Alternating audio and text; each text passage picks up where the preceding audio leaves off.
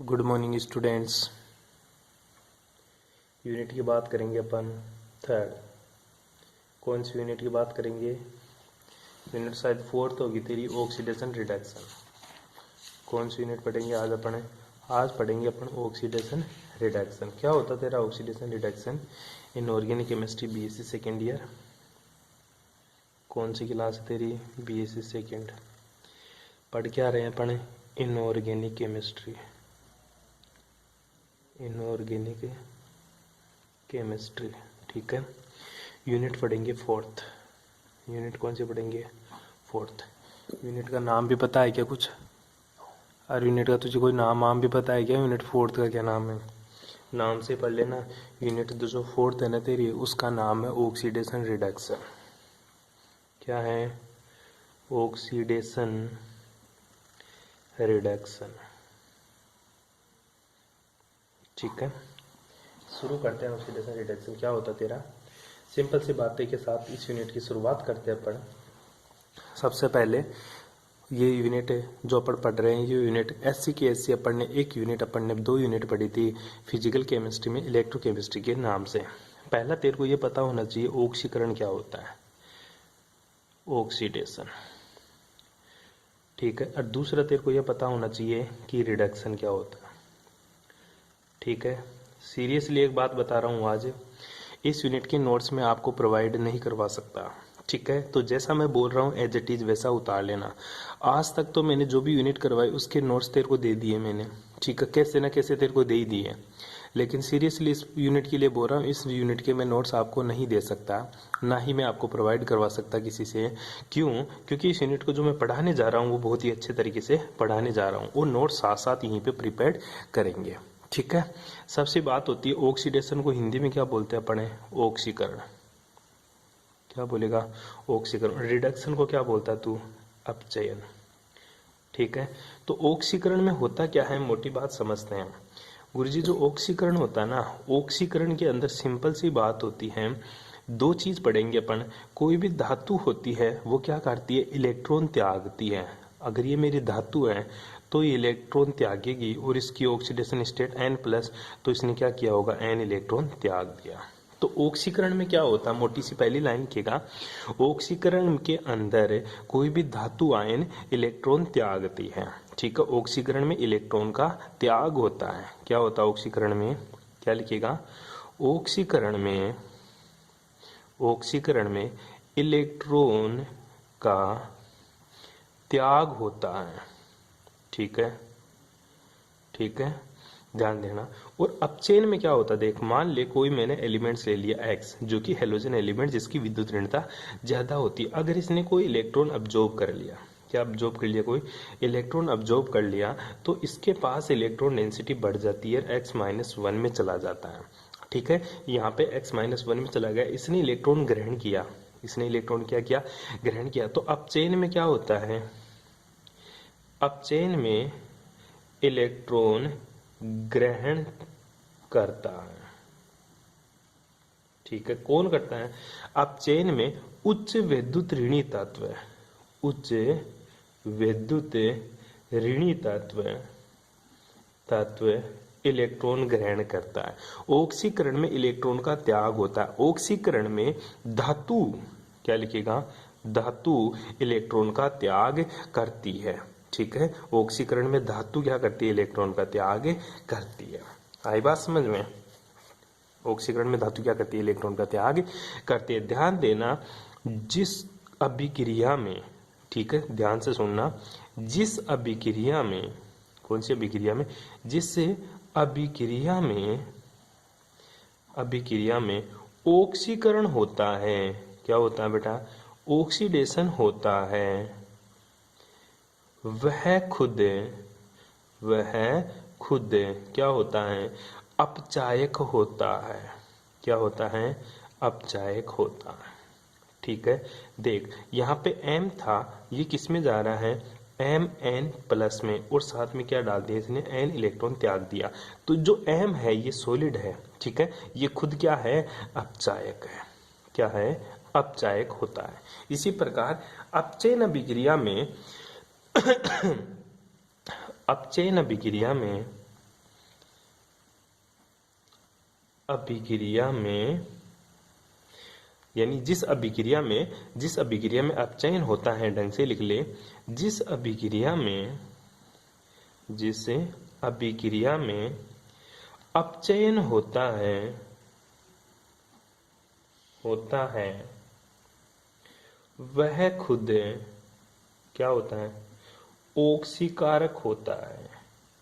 क्या होता है बेटा, ओक्सीकारक होता है। ये बात आपको ध्यान रखनी है। आई बात समझ में। जिस अभिक्रिया में क्या होता है, अपचयन होता है, वो खुद क्या होता है, ओक्सीकारक होता है। जैसे यहाँ पे जो X है ना, X है प्लस एक इलेक्ट्रॉन लेकर किस में जा रहा है, ये X माइनस में जा रहा है। ठीक है, तो ये अगर मेरी गैस है तो ये मेरा भी गैस है। ठीक है, तो ये खुद किसकी तरह बिहेव करेगा, ये खुद एक ओक्सीकारक की तरह बिहेव करेगा। किसकी तरह बिहेव करेगा, ओक्सीकारक की तरह बिहेव करता है। एक जो तू बचपन से पढ़ता आ रहा है वो लाइन लिख लेना, क्या कि ऑक्सीकरण अभिक्रिया में, क्या ऑक्सीकरण अभिक्रिया में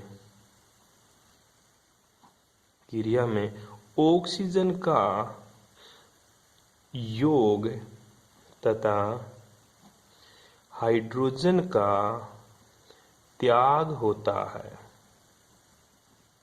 ठीक है, इसी प्रकार अपचयन अभिक्रिया में, किसमें, अपचयन अभिक्रिया में क्या होता है, हाइड्रोजन का तो योग जबकि ऑक्सीजन का त्याग होता है। ठीक है, ये लाइन आपको याद रखनी है। ये तेरा ऑक्सीकरण और अपचयन हो गया। ठीक है, अब ऐसा अपन को पढ़ना है बेटा रेडॉक्स अभिक्रिया। ठीक है, अपना जो चैप्टर है ऑक्सीडेशन रिडक्शन, मतलब दोनों एक साथ हो रहा है। ठीक है, तो हेडिंग लगा ले रेडॉक्स। कौन सी, रेडॉक्स। ठीक है, रेडॉक्स अभिक्रिया। ठीक है, पहली चीज देखनी है गुरुजी, रेडॉक्स अभिक्रिया क्या होती है। ठीक है, इलेक्ट्रोकेमिस्ट्री के अनुसार रेडॉक्स अभिक्रिया वह अभिक्रिया होती है, तो तू क्या लिखेगा, वह अभिक्रिया जिसमें ऑक्सीकरण तथा अपचयन, वह अभिक्रिया जिसमें ऑक्सीकरण तथा अपचयन साथ साथ संपन्न होते हैं, साथ साथ संपन्न होती है, रेडॉक्स अभिक्रिया कहलाती है। क्या कहलाती है, रेडॉक्स अभिक्रिया कहलाती है। ठीक है, आई बात समझ में। ठीक है, और रेडॉक्स अभिक्रिया कहलाती है। इसमें क्या होगा, ऑक्सीडेशन भी होगा तो तेरा क्या होगा, रिडक्शन भी होगा। आई बात समझ में, अरे बैठिए समझ में। अर्थात ऐसी अभिक्रिया जिसमें इलेक्ट्रॉन का योग तथा त्याग साथ साथ संपन्न होता है, साथ साथ संपन्न होता है, क्या कहलाती है, रेडॉक्स अभिक्रिया कहलाती है। कोई प्रॉब्लम यहाँ तक रहे, ठीक है, कर सकता है। अब बात आती है अपना चैप्टर के ऊपर आते हैं। अपना चैप्टर है बेटा ऑक्सीडेशन रिडक्शन, जिसका पहला ही टॉपिक है रेडॉक्स विभव। ठीक है, रेडॉक्स रिएक्शन तो ये हो गई जिसमें ऑक्सीडेशन और रिडक्शन क्या हो, साथ साथ हो, क्या कहलाती है, रेडॉक्स अभिक्रिया कहलाती है। अब अपना टॉपिक है बेटा रेडॉक्स तो अभिक्रिया हो गई। अब जैसे ऑक्सीडेशन होता है तो ऑक्सीडेशन विभव, ऑक्सीकरण विभव आता है, रिडक्शन होता है, अपचयन होता है तो अपचयन विभव आता है। उसी प्रकार अगर रेडॉक्स अभिक्रिया होती है तो रेडॉक्स विभव उत्पन्न होता है। अब अपन देखते हैं कि गुरुजी मेरा रेडॉक्स विभव क्या होता है, तो तू बेटा जी हेडिंग लगा ले मेरा रेडॉक्स विभव। क्या लगाएगा, रेडॉक्स विभव। क्या होता है तेरा रेडॉक्स विभव, इसके बारे में चर्चा करते हैं। ठीक है, सिंपल से बातें करेंगे रेडॉक्स विभव की। ठीक है, तो हेडिंग लगा लीजिएगा सभी के सभी रेडॉक्स विभव। ठीक है, रेडॉक्स विभव के बारे में अपन लिखना शुरू करते हैं, तो उससे पहले मैं तेरे को एक एक्सपेरिमेंट करके बताता हूँ। ठीक है, रेडॉक्स विभव में होता क्या है गुरुजी, इसमें बड़ा इंटरेस्टिंग मामला ये होता है कि जो रेडॉक्स विभव है ना, इसमें क्या करता हूँ मैं, एक सेल ले लिया छोटा सा, इधर मैंने दूसरा इलेक्ट्रोड ले लिया, ठीक है। इसमें मैंने एक इलेक्ट्रोड की छड़ डाल दी और इसमें भी मैंने क्या कर दिया, एक इलेक्ट्रोड की छड़ डाल दी। दो इलेक्ट्रोड लिए, दोनों को अलग अलग सॉल्यूशन में डुबो दिया मैंने, ठीक है। फॉर एग्जांपल मान ले इसमें मैंने ZnSO4 का सॉल्यूशन डाल दिया और यहाँ पे जो छड़ लगा दी वो Zn की लगा दी। इसमें मैंने जो सॉल्यूशन डाला CuSO4 का डाल दिया और ये छड़ भी मैंने किसकी लगा दी, कॉपर की लगा दी, ठीक है। अब होगा क्या, ठीक है, ध्यान दीजिएगा, जो Zn है ना ये किस में कन्वर्ट हो रहा होगा, Zn2+ में, ठीक है। और यहाँ पे जो कॉपर है वो कॉपर किस में जा रहा है, 2+ में जा रहा है, ठीक है। अब ये नहीं समझ में आ रहा कि Zn इलेक्ट्रोड वाला उतर के सॉल्यूशन में जा रहा है, विद्युत अपघट्य में जा रहा है, या विद्युत अपघट्य वाला कॉपर इलेक्ट्रोड के ऊपर जमा हो रहा है, ठीक है। तो रेडॉक्स विभव की स्टार्टिंग डेफिनेशन लिखना शुरू करते हैं अपने। क्या, जब किसी धातु को, ध्यान से सुनना, जब किसी धातु को, ठीक है, उसके लवण के विलयन में, धातु को उसी के लवणीय विलयन में डुबोया जाता है तो धातु आयन छड़ से निकलकर, तो धातु आयन छड़ से निकलकर किस में जाते हैं गुरुजी, छड़ से निकलकर विलयन में चले जाते हैं। सिंपल सा देख ले, Zn2+ यहां से निकलेगा, ठीक है, Zn2+ यहां से निकलेगा और किस में चला जाएगा, सॉल्यूशन में चला जाता है, ठीक है। जिससे छड़ पर आंशिक ऋणावेश आ जाता है। क्या आ जाता है, ऋणावेश आ जाता है, ठीक है। देख ले, अगर छड़ से 2Na2+ निकलेगा तो 2 इलेक्ट्रॉन किसके ऊपर आ जाएंगे, छड़ के ऊपर आ जाएगा। Zn2+ निकल गया और सॉल्यूशन में आ गया तो छड़ के ऊपर 2 इलेक्ट्रॉन छोड़ आया, जिससे बोलते हैं कि छड़ पर क्या आ जाता है, आंशिक ऋणावेश आ जाता है। दूसरा कारनामा ये भी तो हो सकता है गुरुजी कि सॉल्यूशन से 2 Cu2+ छड़ के ऊपर जमा हो जाए। अगर 2 Cu2+ छड़ के ऊपर जमा हो जाएगा तो कॉपर 2+, जैसे मान ले CuSO4 है, ठीक है, ये CuSO4 है, ये टूट कर क्या बनाएगा, Cu2+ + SO4 2-। अब ये Cu2+ है ना, कहाँ चला जाए, छड़ के ऊपर चला जाए। तो दूसरी कंडीशन ये भी तो हो सकती है कि छड़ के ऊपर आंशिक धनावेश आ जाए। क्या हो सकती है, आंशिक धनावेश आ जाए। तो दूसरी कंडीशन ये हो सकती है, या विलयन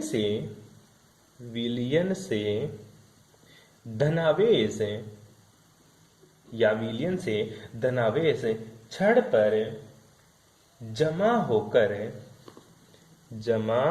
होकर, ठीक है, विलयन से धनावेश छड़ पर जमा होकर छड़ को धनावेशित कर देते हैं।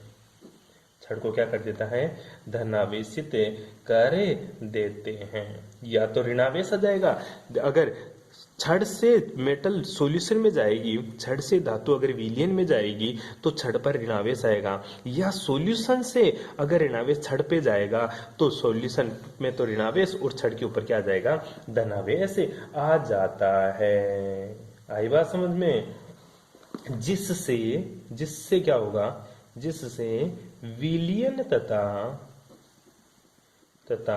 धातु छड़ के मध्य एक साम्य स्थापित हो जाता है, एक साम्य स्थापित हो जाता है। क्या होता है बेटा, जिससे विलयन और धातु छड़ के मध्य क्या स्थापित हो जाता है, साम्य, तथा एक निश्चित विभवांतर उत्पन्न हो जाता है। एक साम्य स्थापित होगा तथा एक निश्चित विभवांतर उत्पन्न हो जाता है, जिसे क्या बोलते हैं, जिसे सेल विभव, जिसे क्या बोलेंगे, या इलेक्ट्रोड विभव, जिसे इलेक्ट्रोड विभव कहते हैं। जिसे क्या कहते हैं बेटा, इलेक्ट्रोड विभव कहते हैं।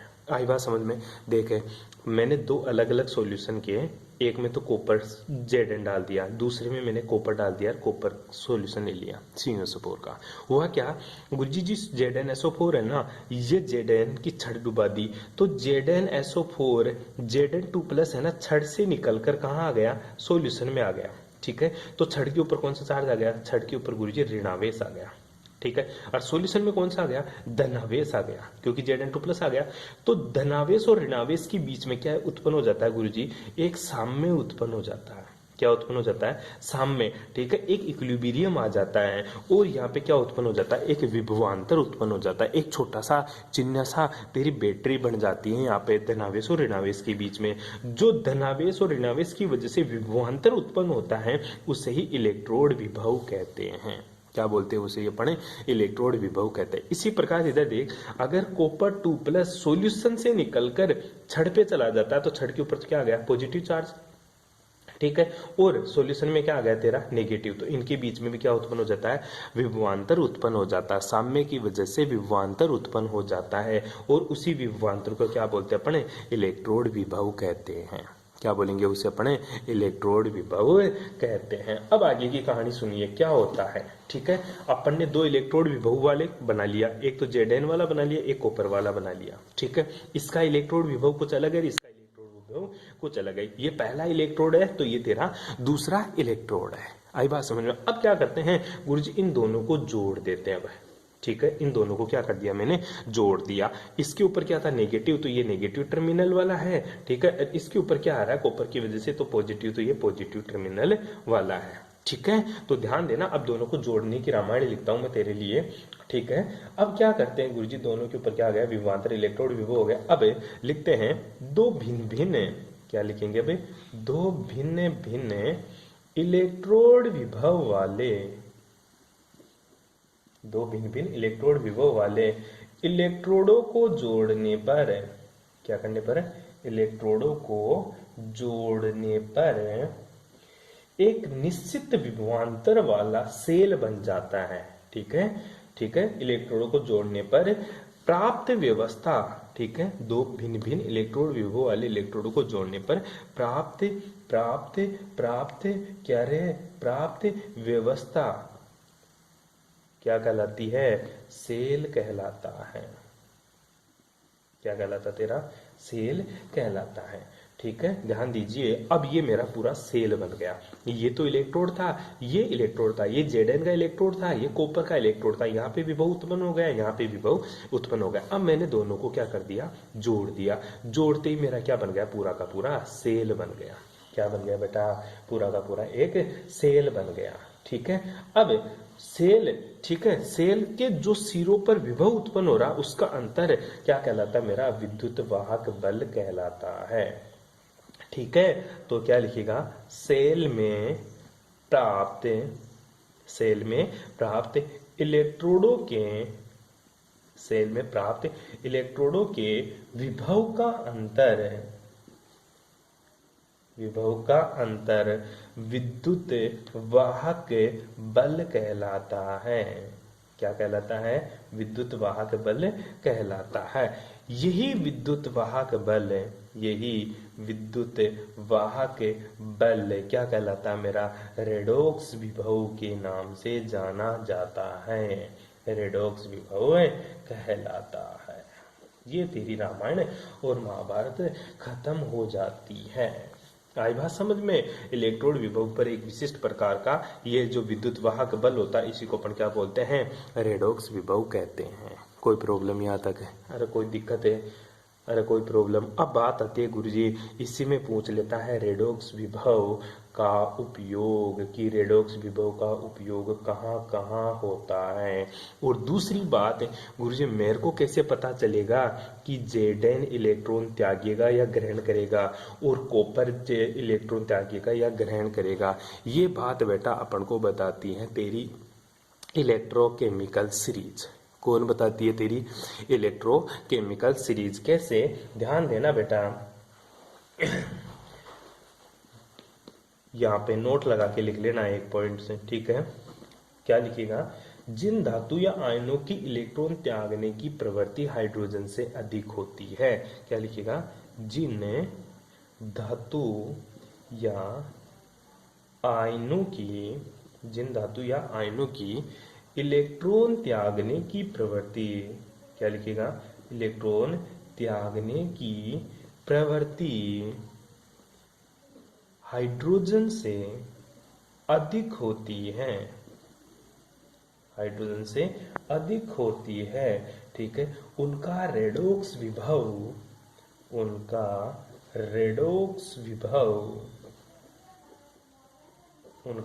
विभव ऋणात्मक होता है। क्या आता है बेटा? ऋणात्मक होता है, ठीक है। और ठीक है, जिन धातु या आयनों की इलेक्ट्रॉन त्यागने की प्रवृत्ति, तो पूरी लिखिएगा, इलेक्ट्रॉन त्यागने की प्रवृत्ति हाइड्रोजन से कम होती है, उनका रेडॉक्स विभव धनात्मक होता है। उनका रेडॉक्स विभव क्या होता है? धनात्मक होता है। बैठ गई बात समझ में? जिन धातु या आयनों की इलेक्ट्रॉन त्यागने की प्रवृत्ति हाइड्रोजन से अधिक होती है, उनका रेडॉक्स विभव ऋणात्मक है, और जिनका इलेक्ट्रॉन त्यागने की प्रवृत्ति हाइड्रोजन से कम होती है, उनका रेडॉक्स विभव क्या होता है? धनात्मक होता है। ये तेरा रेडॉक्स विभव का चैप्टर खत्म होता है यहीं पे, और उसके बाद में अपन बात करते हैं हमें रेडॉक्स विभव के उपयोग। क्या लगाएगा हेडिंग गुरुजी? रेडॉक्स विभव के उपयोग। हेडिंग लगा ले, रेडॉक्स विभव के उपयोग। क्या क्या रेडॉक्स विभव के उपयोग है जो मैंने एक्सपेरिमेंट किया, ये कहाँ कहाँ काम में आता है, ठीक है। इनके प्रमुख उपयोग निम्न है, जिनमें पहला जो उपयोग है वो बड़ा इंटरेस्टिंग है। ये कभी 1 नंबर में 2 नंबर में क्वेश्चन एज इट इज पूछ लेता है। क्या? ऑक्सीकारक तथा अपचायकों की आपेक्षिक सामर्थ्य की तुलना। किसकी? ऑक्सीकारक तथा ऑक्सीकारक तथा अपचायकों की आपेक्षिक सामर्थ्य की तुलना। ऑक्सीकारक तथा अपचायक की आपेक्षिक सामर्थ्य की तुलना। ये रेडॉक्स विभव ही बताएगा कि ऑक्सीकारक और अपचायक का सामर्थ्य कितना क्या क्या होता है, ठीक है। तो बड़ी इंटरेस्टिंग बात है बेटा, सुनना ध्यान से। पहली चीज तो मैंने तेरे को बताया ऑक्सीकारक और अपचायक के बारे में, ठीक है। जो जिन अभिक्रियाओं का अपचयन होता है वो खुद क्या होता है? ऑक्सीकारक। और जिन अभिक्रियाओं का ऑक्सीकरण होता है वो खुद क्या होता है गुरुजी? अपचायक, ठीक है। तो यहां देखेंगे आपेक्षिक सामर्थ्य का मतलब होता है वो कितना प्रबल ऑक्सीकारक होगा और वो कितना प्रबल अपचायक होगा, उसकी तुलना करना है, ठीक है। तो सिंपल सा लिखना, प्रबल अपचायक, क्या लिखिएगा? प्रबल अपचायक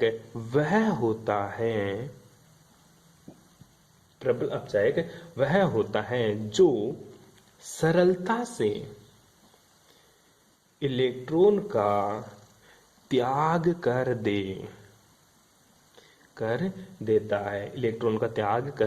देता है, ठीक है। प्रबल अपचायक कौन सा होगा? जो सरलता से इलेक्ट्रॉन का त्याग कर दे। जैसे मैं बोल दूं ये मेरी मेटल है, सॉलिड है, अगर ये आसानी से इलेक्ट्रॉन का त्याग कर दे, Mn+ में चली जाए और n इलेक्ट्रॉन आसानी से त्याग दे, ठीक है, ये 1+ में आ जाए, तो ये क्या कहलाएगी? मेरी प्रबल अपचायक। क्या कहलाएगी? मेरी प्रबल अपचायक, ठीक है। इसी प्रकार प्रबल ऑक्सीकारक वह होता है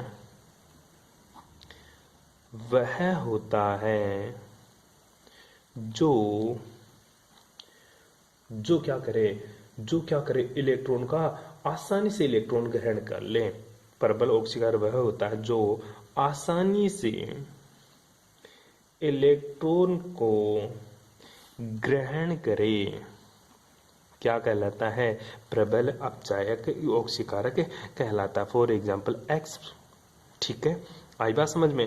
ये क्या है, एक्स है। अब ये क्या करेगा, ये क्या है, मेरी गैस है मान ले, इसने क्या किया गुरुजी, एन इलेक्ट्रॉन खींच लिए, तो किस में चला जाएगा, एक्स की पावर एन माइनस में। ठीक है, एक्स की पावर एन माइनस में ये चला जाता है। ये मेरा एक बस है। तो ये क्या कहलाएगा, मेरा प्रबल ओक्सीकारक।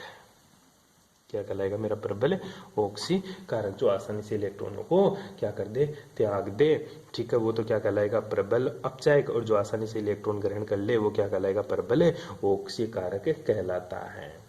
ठीक है, अब ध्यान दे, प्रबल ओक्सीकारक तथा अपचायक को अपन को किसकी सहायता से दिखाना है, रेडॉक्स विभव की सहायता से। ठीक है, किसकी सहायता से दिखाना है, रेडॉक्स विभव की सहायता से।